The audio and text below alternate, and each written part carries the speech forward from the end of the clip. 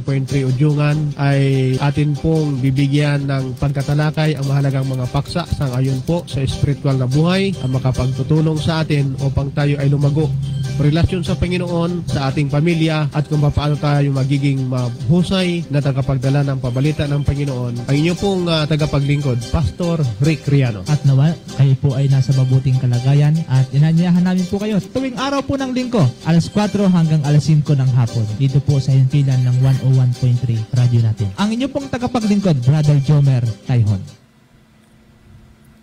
Magandang hapon po sa lahat, sa ating mga kaibigan, saan mo po naroon ngayon.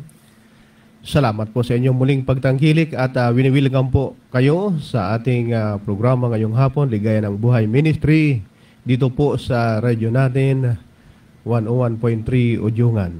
Kaya po mga minamahal na mga kaibigan, mga taga-subaybay, ay sa pagpapasimula po ng ating programa, atin pong papakinggan ang ating theme song.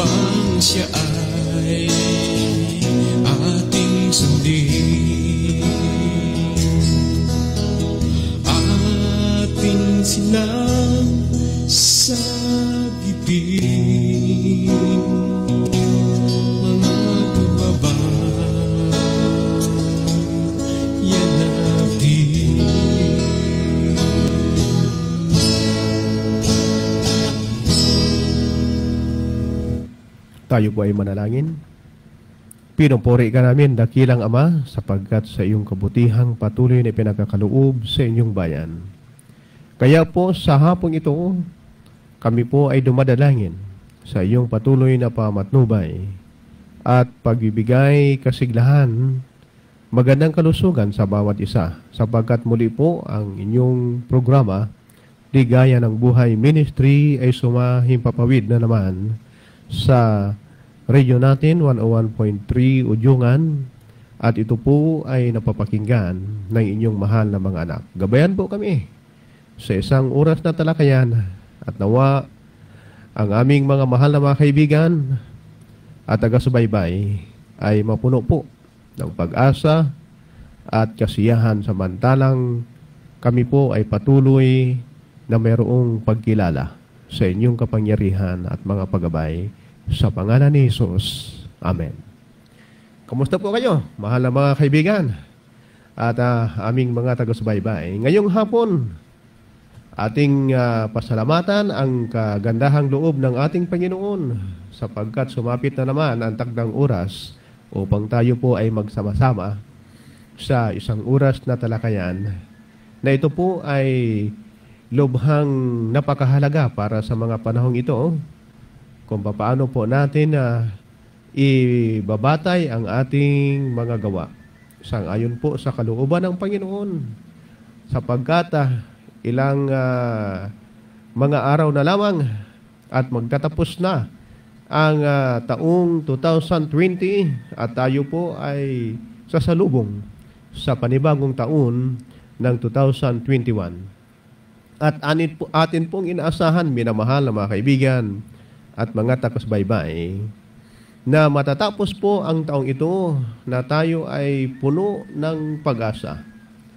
Nagkaroon po tayo ng panibagong buhay, kasiglahan sa pagkilala o paglilingkod sa Panginoon, saan man tayong pananampalataya na ating kinaaniban, tanging ang ating Panginoon lamang ang siyang naghahayag ng pagtatagumpay sa ating lahat. Kaya marapat lamang, aking kaibigan, na ibigay ang papuri at pagsasalamat sa ating dakilang Panginoon. Ngayong darating na 2021, panibagong hamon para sa ating lahat kung paano tayo tatahak na naman at magkakaroon ng kanya-kanya ng mga karanasan at ito po ay mga challenges sa ating buhay kung paano po natin ihahayag na tayo ay tunay na tagapaglingkod ng Panginoon.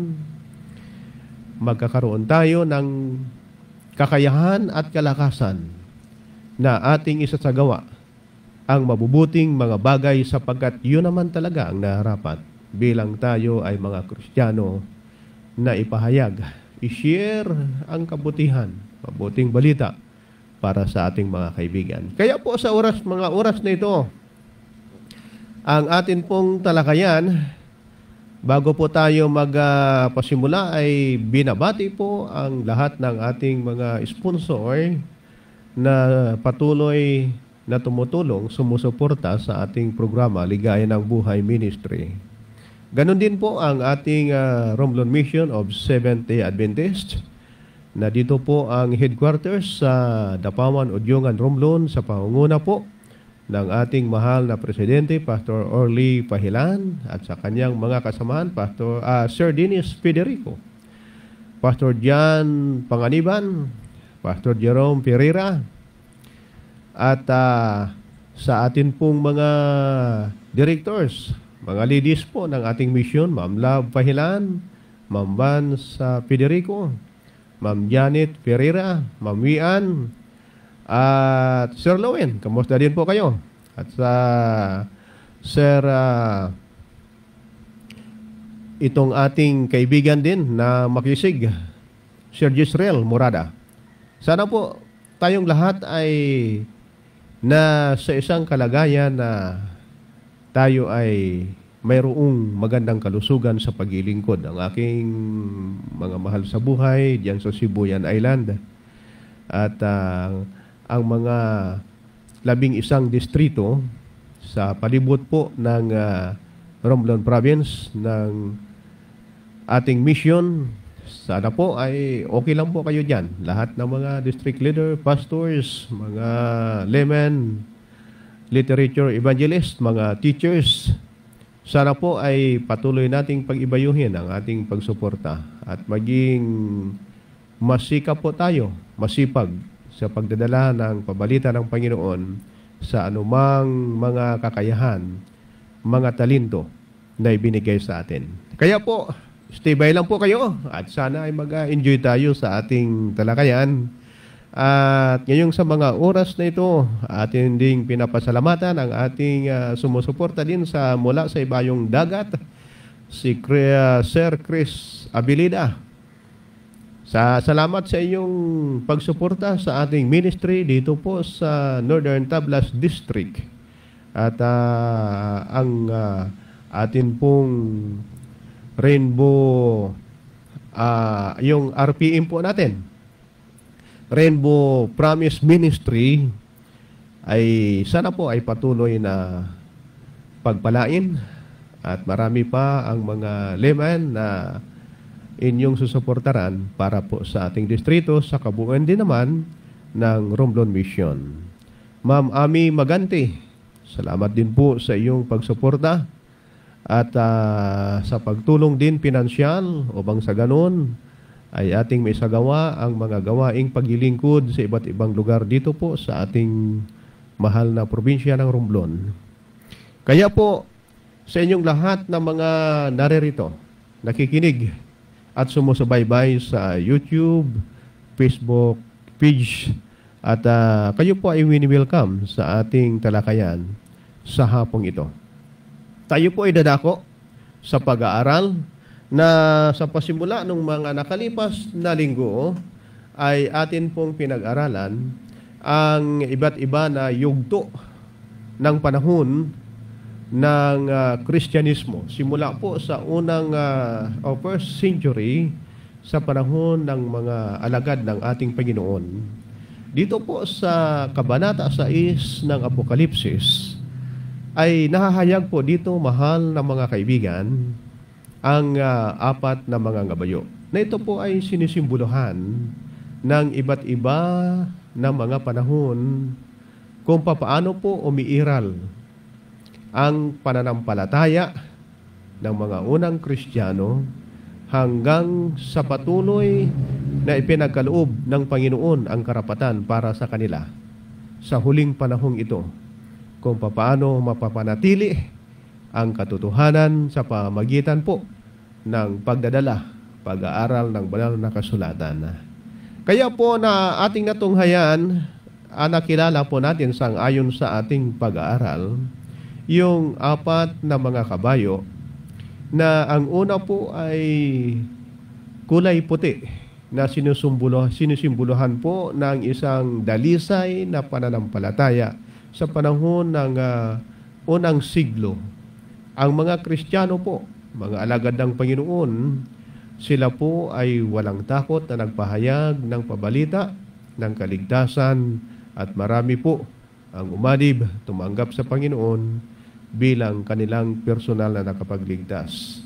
Ang sumunod po ay ang pulang kabayo, na ito po ay sinisimbolohan sa bahagi po ng mga taon na ito na nagkaroon po ng paghihigpit sapagkat ipinagkaloob po ang isang mando na kung paano ang mga nagdadala ng pabalita sa panahon na yun, sila ay pinigilan. Naging limitado po ang pagdadala ng pabalita at naging madugo ang panahon na yun sapagkat nagkaroon po ng mga pag-uusig sa mga Kristiyano. Hanggang dumating ang isa pang panahon, ang isang mga bayo na kulay itim na sinusumbuluhan po ito ng isang madilim na panahon sa panahon ng sangka-Kristyanuhan sapagkat po ang iglesia ay nagkaroon ng kapangyarihan upang siya ay magkaroon ng pagkikibaka sa mga anak ng Panginoon, sa mga Kristiyano sa panahon na yon. Kaya marami po ang nangamatay sa panahon po ng 538 hanggang 798 AD na ito ang 1,260 years na sinasabi po sa banal na kasulatan.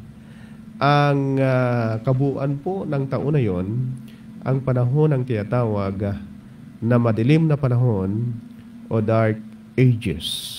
At ang huling mga kabayo, yun pong maputlang kabayo. Ang mga martir na nahahayag, mga Kristiyano na sila ay nagbuwis ng kanilang mga buhay upang mapanatili, tumayo sa katotohanan hanggang sa kamatayan, ay kanila po itong ipinagkaloob sa mga tao na walang pupwede na makakahadlang sa pananampalataya na ibinigay ng Panginoon.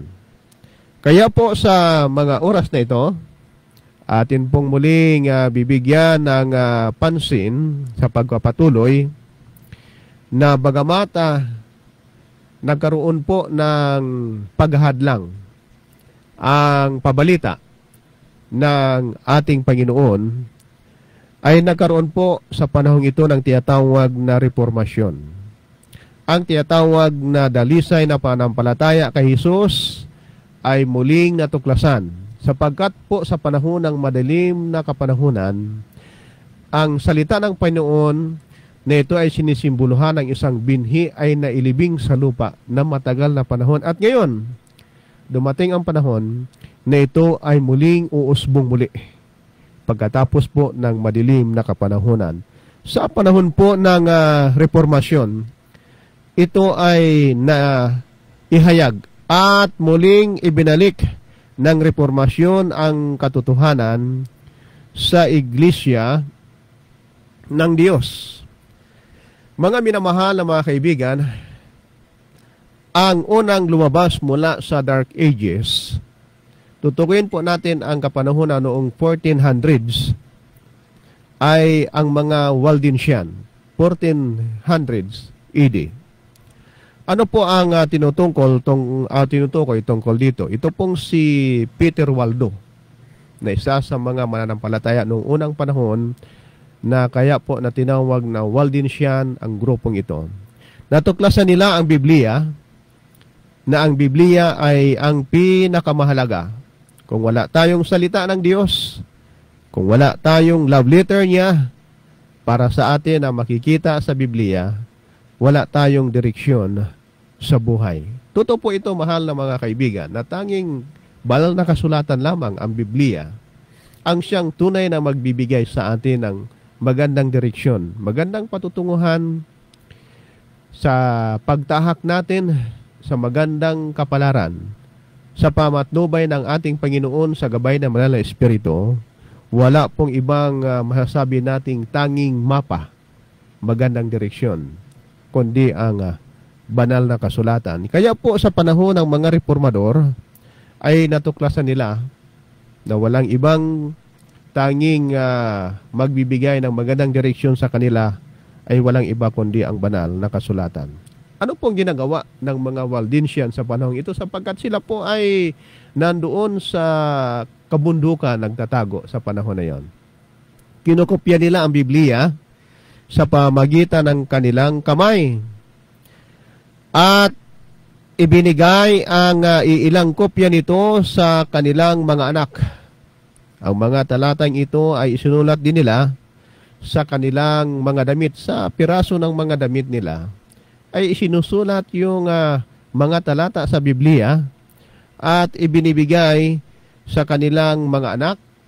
Doon po, pagbaba doon sa pamilihan, ito ay kanilang ibinibigay sa mga tao. Suot ng mga anak ang damit ay bababa sa mga lungsod ng Europa at ipamamahagi nila ang ilang mga kopya nito sa kanilang mga kaibigan na makita o makikita sa mga pamilihan at mga universidad.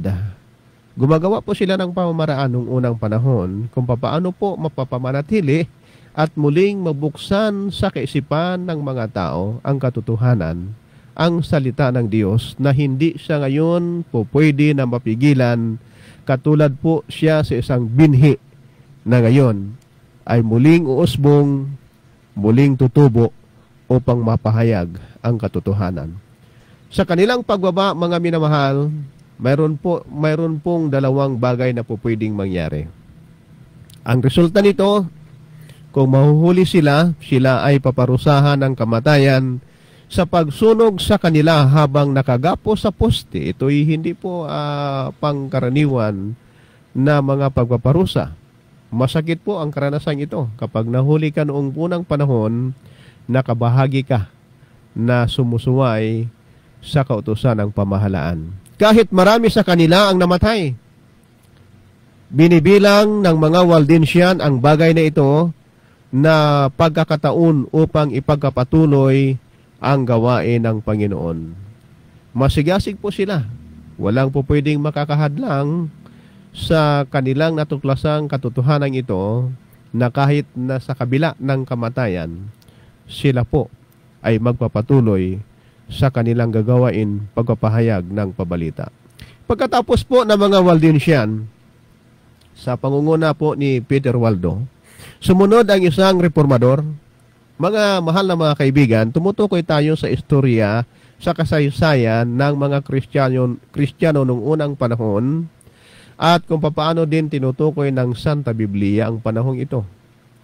Na hindi po na mamali ang sinasabi ng history at ng banal na kasulatan tungkol po sa mga panahon ng Reformation. Nagkaroon po ng tiyatawag na Renaissance period, pagbabagong muli.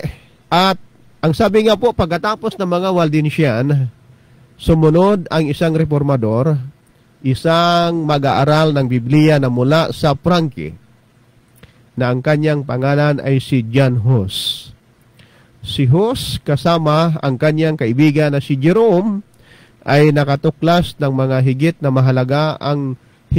mahalaga ang sumunod sa Diyos kaysa sumunod sa utos ng simbahan o sa tao. Pansinin po natin, mahal na mga kaibigan, sa pagkatuklas ni Hus at ni Jerome na mahalaga ang pagsunod sa Diyos kaysa sa pagsunod sa mga kautusan ng simbahan o ng tao. Kaya po dito makikita at mahayag ayon po sa kanilang mga karanasan kung papaano sila ay nanindigan sa katotohanan. Dahil sa kanilang paninindigan sa pagsunod, ang paniniwala na dapat tayong sumunod sa mga tagubilin ng Diyos kaysa sa sundin ang tradisyon ng simbahan, ay ginawa nila hanggang kamatayan. Nagtiis po sila, mahal na mga kaibigan. Ang kanilang abo ay tinapon sa ilog na umaagos hanggang sa dagat ng Mediterranean. Marami ang may ganoong mga karanasan, hindi lang sila. Ang reformasyon ay naglabasan mula sa iba't ibang dako ng mundo dahilan sa nakita po nila na mayroong nauna na nagsimula nito na tumayo sa katotohanan at hindi pwedeng mahadlangan ang pabalita ng Diyos na ngayon ay unti-unti na umuusbong mula po doon sa isang mapait na karanasan sa panahon ng madilim na panahon. At pagkatapos po ni Hus at ni Jerome, ay may mga sumunod pa.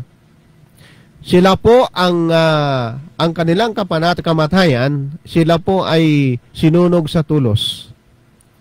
At ngayon po ay isang lalaki sa Germany na may pangalang Martin Luther ang nakatuklas ng katotohanan sa Biblia tungkol sa kaligtasan sa pamamagitan ng biyaya lamang. Kung si Hus at Jerome ay mayroong natuklasang katotohanan na ang tanging pagsunod sa Diyos ang dapat na ipahayag, hindi ang pagsunod sa kautusan ng simbahan o ng tao. Ngayon po si Martin Luther na isa ring reformador ay meron po siya natuklasan ng katotohanan na ang kaligtasan ay sa pamamagitan ng biyaya lamang.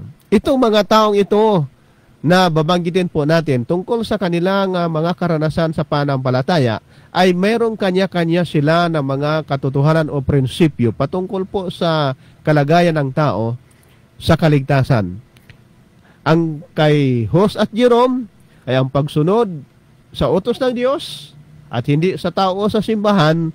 Ang kay Martin Luther ngayon ay ang biyaya ng Diyos. Ang ibang tao ay nagtatanong ng ganitong katanungan. Bakit hindi natuklasan ni Luther ang lahat ng katotohanan na nawala sa panahon ng Dark Ages? Ito po ang isa sa mga katanungan ng unang panahon. Bagamat mayroon pong kasagutan ang Santa Biblia, mga minamahal na mga kaibigan at mga taga-subaybay. Ang sabi po sa Aklat ni San Juan, ang Kabanata 16, ang talata ay 12, ganito po ang pagpapahayag. Mayroon pa akong maraming bagay na sasabihin sa inyo, ngunit hindi ninyo kayang dalhin sa ngayon. Ano pong ibig sabihin nito? Ang tuklasin muli ang katotohanan ng Biblia ay nangangailangan ng mahabang panahon. Pag sinabi pong kinakailangan ang mahabang panahon sa pagtuklas ng katotohanan ng Biblia, ito po ay isang proseso. Pag sinabing proseso, mayroon kang mga isalang-alang na mga bagay. Daang taon ang kailangan upang hinay-hinay na ipapanauli ang pananampalataya at katotohanan ni Kristo na nawala sa panahon ng Dark Ages. Hinay-hinay lamang, mahal na kaibigan.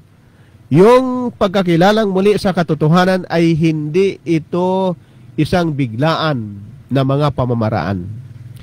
Upang muli ay papanauli ang pananampalataya at katotohanan ng ating Panginoon na ito ay winasak o sinira sa panahon ng Dark Ages.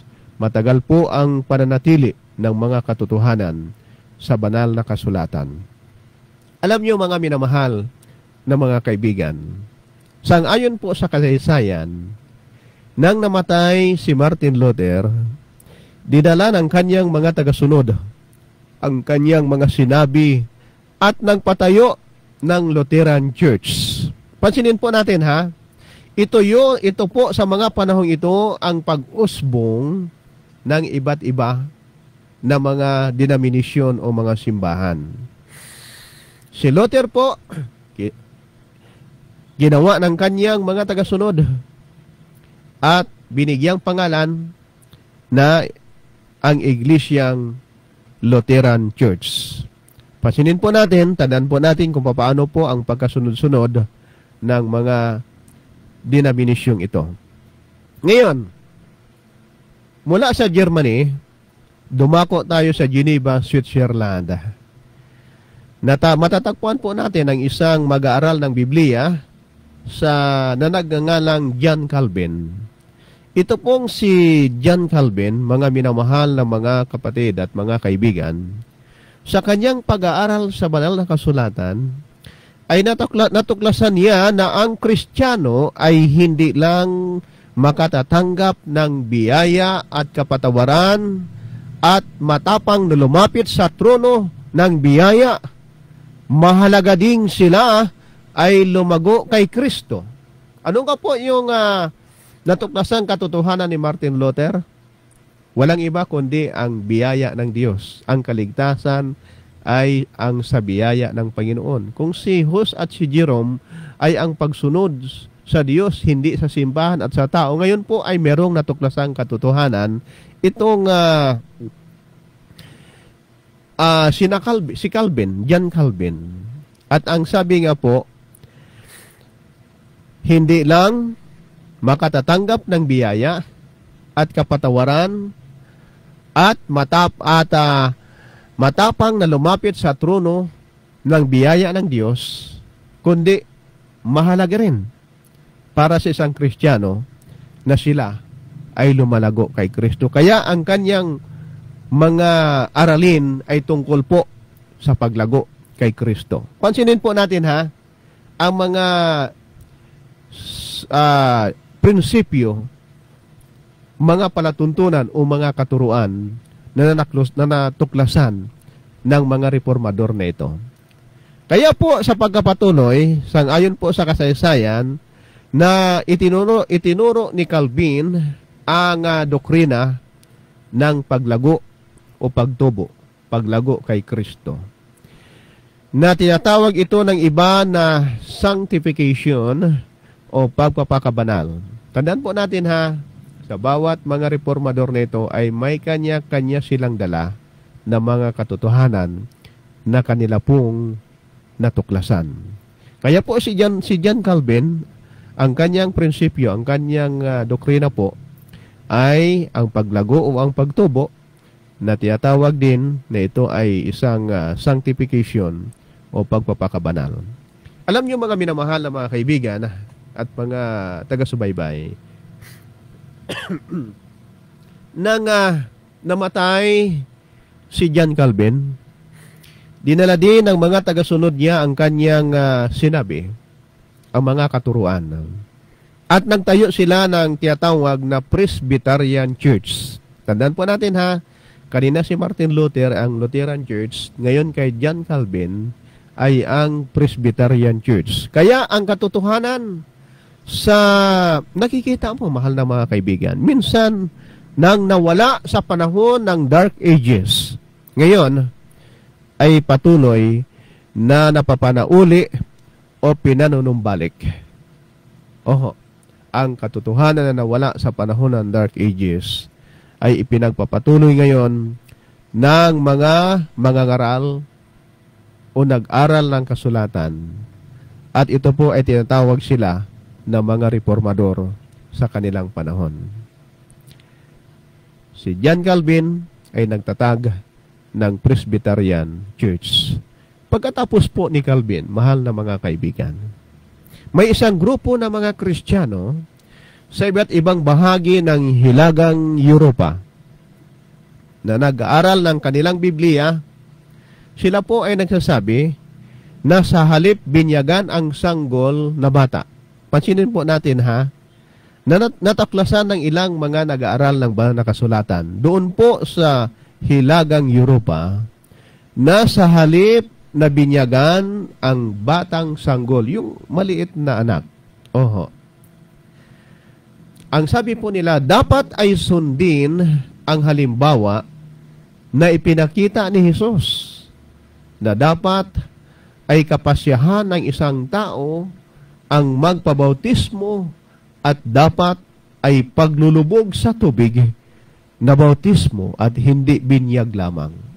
Papansinin po natin, mahal na mga kaibigan, mahal na taga-subaybay, na nataklasan ng grupo ng mga taong ito na ang pagbibinyag sa bata ay dapat na hindi susundin.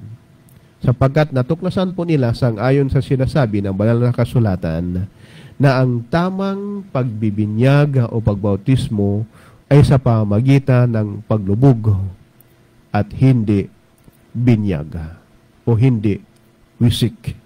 Kaya po, bautismo na nilulubog o paglulubog sa ilalim ng tubig tulad ng kay Kristo. Ito ay isang mahalagang katotohanan na nawala noong panahon ng madilim na kapanahunan o Dark Ages. Ito ay may kahulugan na namatay sa kasalanan at nabuhay na kasama ang Diyos. Isa sa mga kahulugan po ng bautismo sa pamagitan ng paglulubog sa tubig. Namatay sa kasalanan at nabuhay na kasama ni Kristo. Sapagkat ang sabi nga naman, ang isang sanggol ay wala pang siyang sapat na kaalaman na kung ano ang kahulugan nito at hindi pa niya malalaman ang tungkol sa kung ano ang ipinagkaloob ng Diyos na sakribisyo para sa kapatawaran ng mga kasalanan.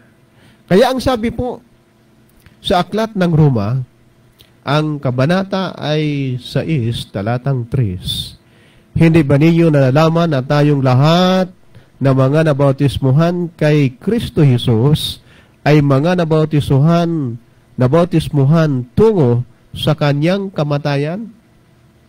Talatang 4. Kaya tayo ay inilibing na kasama niya sa pamagitan ng bautismo tungo sa kamatayan, na kung paanong si Kristo ay muling nabuhay muli sa mga patay sa pamagitan ng kaluwalhatian ng Ama, gayon din naman tayo'y makakalakad sa panibagong buhay. Kaya po, mahal na mga kaibigan, dapat mahayag ang katotohanan ito na sinasabi ng banal na kasulatan. At para mabautismuhan ng katulad ng kay Jesus noon na ginawa sa kanya doon po sa ilog ng Jordan. Ito po ang pagkapatunay tungkol sa bautismo. dapat, una po, dapat na makilala siya. Pangalawa, dapat ipahayag natin ang ating mga kasalanan.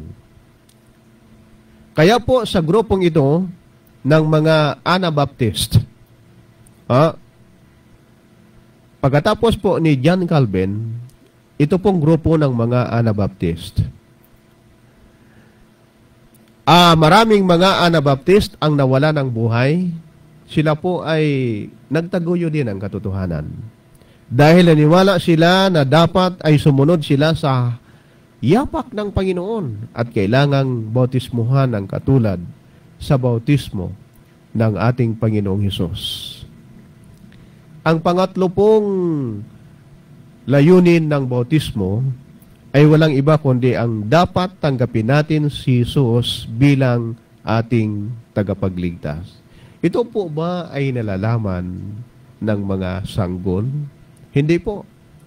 At kinakailangang mahayag lamang ito sa isang may sapat na gulang upang kanyang maalamang tunay ang kahulugan ng tinatawag na bautismo at higit sa lahat ang pagtanggap sa Panginoon bilang personal na tagapagligtas.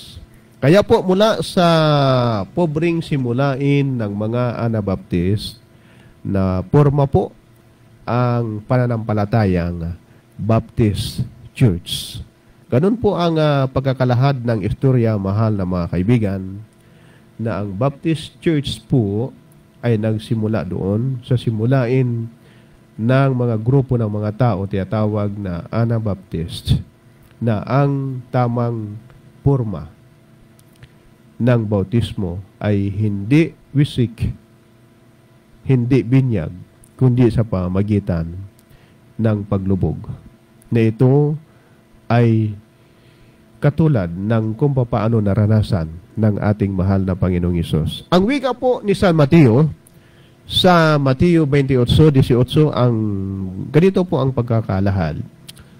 Lumapit si Hesus at sinabi sa kanila, ang lahat ng otoridad sa langit at sa ibabaw ng lupa ay ibinigay na sa akin. 19. Kaya't sa paghayo ninyo, gawin ninyong alagad ang lahat ng mga bansa. Bautismuhan ninyo sila sa pangalan ng Ama at ng Anak at ng Espiritu Santo. Iniutos ni Hesus sa kanyang iglesia na humayo at magturo at magbautismo, at ito po ay ginawa ng kanyang mga alagad. Ang mga reformador na mga Baptist ay sumunod din at gumanap ng utos na ito tulad ng ating ginagawa ngayon. Mahal na mga kaibigan, dapat ay alam natin ang mga bagay na ito at maging bukas po ang ating mga isipan sa ganitong mga katotohanan. Kung kayo po ay nahihirapan na unawain ang mga bagay na ito, sana po ay sumabaybay lamang kayo. At sa patuloy ng ating pag-aaral, inyo pong matutunan. Sang-ayon na rin po sa sinasabi ng banal na kasulatan. Ngayon po, sa pagpapatuloy natin, nakita po natin na sa bawat isa sa mga reformador ay nagpapanauli ng mga katotohanan na nawala sa panahon ng Dark Ages o madilim na kapanahonan. Habang kanilang pinapanumbalik ang mga katotohanan ito, nagidiba, sinira noong unang panahon ng madilim na kapanahonan. Ang kanilang tagasunod ay naging isang pulutong na noong bandang huli ay naging malaking Protestant denomination tulad ng Lutheran, Presbyterian at Baptist. Itong grupo ng mga mananampalataya na ito, mahal na mga kaibigan at takasubaybay, ay tinawag sila ngayong mga Protestant denomination. Pansinin po natin ha. Sa katapusan ng buong England sa panahon na yon, isang lalaki naman na nagngangalang John Wesley ay nagsimulang mag-aral po ng banal na kasulatan. Pansinin po natin. Galing po kay Hus, kay Jerome, kay John Calvin, at hanggang sa panahon ni Martin Luther, at dito po sa mga Anabaptist, at ngayon na po si John Wesley ay pinapahayag na siya po ay nag-aral ng banal na kasulatan at sang-ayon sa kanyang pagkakatuklas, nakasama po ang kanyang kapatid na si Charles Wesley, ay sumulat ng magandang awitin tungkol kay Jesus. Ito ay ginawang awitin sa simbahan. Ang mga ginawang mga sulat ni Charles Wesley, mga kapatid. Ginawa pong mga awitin ito sa loob ng mga simbahan. Natuklasan nila na hindi lamang importanteng tanggapin ang libreng handog ng kaligtasan, na maging masunurin sa Diyos at bautismuhan at lumago sa biyaya, dapat ayon sa Biblia maging banal. Yan naman po ang kanilang natuklasan na katotohanan.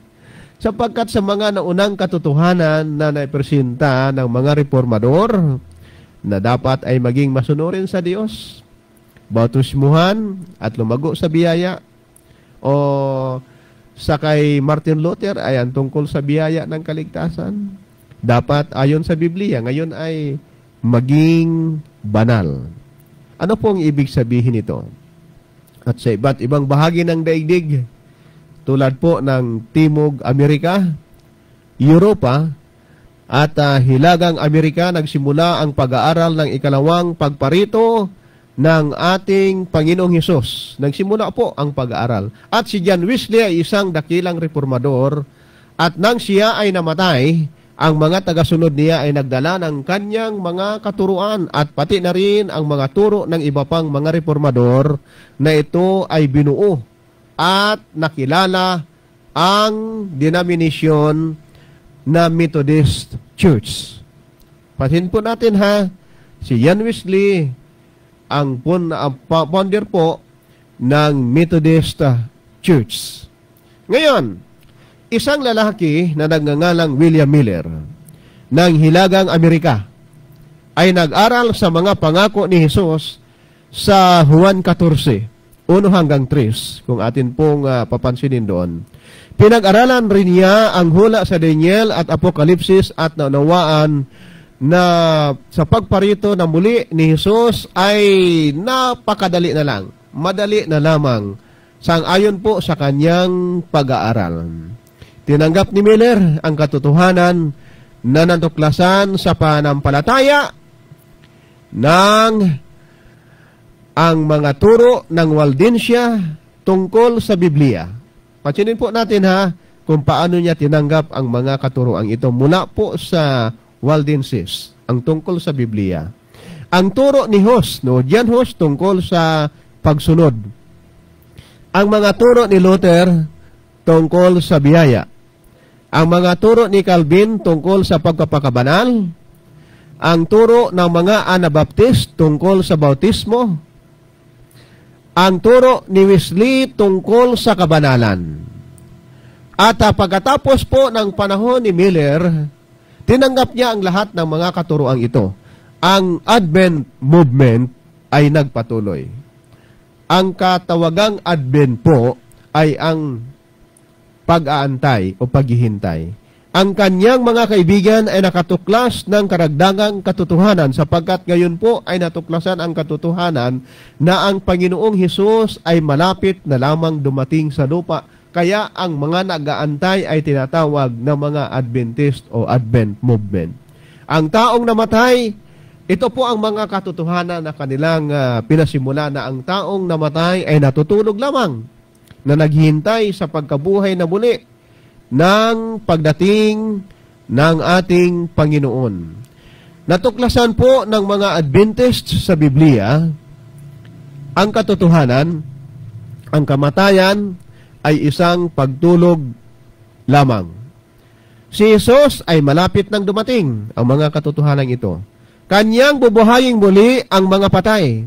Kaya po sinasabi sa unang Tesalonica 4:16, sapagkat ang Panginoon mismo ang bababa mula sa langit na may sigaw, may tinig ng arkanghel, at may trompeta ng Diyos, at ang mga namatay kay Kristo ay babangon muna. Sang-ayon po kay San Juan, sa Kapitulo 14, versikulo 15, ganito po ang pagpapahayag. Kung ako'y inyong minamahal, ay tutuparin ninyo ang aking utos. At sa pagpapatuloy po sa Mateo 15:9, at walang kabuluhan ang pagsamba nila sa akin na itinuturo nila bilang mga aral ang mga alituntunin ng mga tao. Ano po ang sinasabi ng Santa Biblia? Hindi mahalaga kung ano ang sinasabi ng tao. Ang mahalaga ay kung ano ang sinasabi ng Diyos, mahal na mga kaibigan. Alalahanin po natin, ang sabi po doon sa ika-4 na utos ng 10 utos, alalahanin ang Sabat. Kung ang pag-uusapan ay pagsamba, dapat sambahin ang Diyos sa araw ng Sabat na kanyang sinabi. Ang araw na iyon ay tanging araw na itinakda sa atin, habang ang mga katangi-tanging katotohanan ito ay nagpapanauli muli sa Biblia. Ang mga taong nag-aaral ng katotohanan sa kalaunan ay nagiging pulutong at nabuong Seventh-day Adventist Church. Simula po doon sa mga ipinahayag ng mga denominasyon o mga iglesia, hanggang ngayon ay nabuo ang tinatawag na Seventh-day Adventist Church, mga minamahal na mga kapatid. Sang-ayon po sa Isaias 58:13 at 14, ay naghula na magkakaroon ng pagkikilos na ayusin ang pagkakasira na nagawa sa kautusan ng Diyos. Ang kasulatan ay nagsasalita tungkol sa isang tanging araw.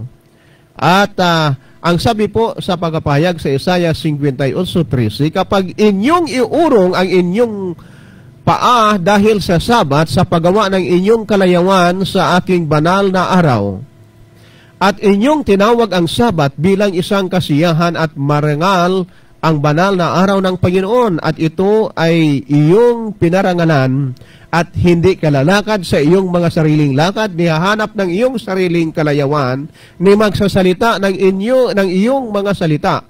Kung magkagayoy, manunugod ka sa Panginoon, at pasasakayin kita sa mga mataas na dako sa lupa, at pakakainin kita ng mana ni Jacob na iyong ama, sapagkat sinalita ng bibig ng Panginoon. Mahal na kaibigan, taga-subaybay, malinaw na sinasabi ng Panginoon na hindi tayo dapat magtrabaho sa araw na iyon.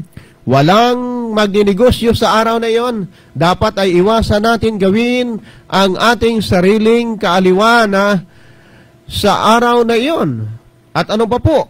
Banal na araw ang araw na iyon. Kung uunahin natin ang Diyos sa araw na iyon, mahal na mga kaibigan, mararanasan natin ang kaaliwan.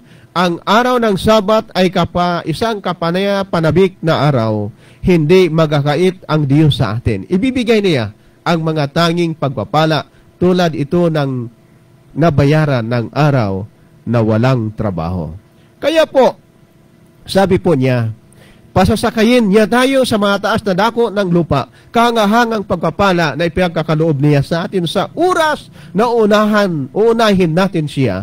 At kung susundin natin siya, at ipapangilin ang araw na Sabat ng banal, tulad ng hinihingi niya.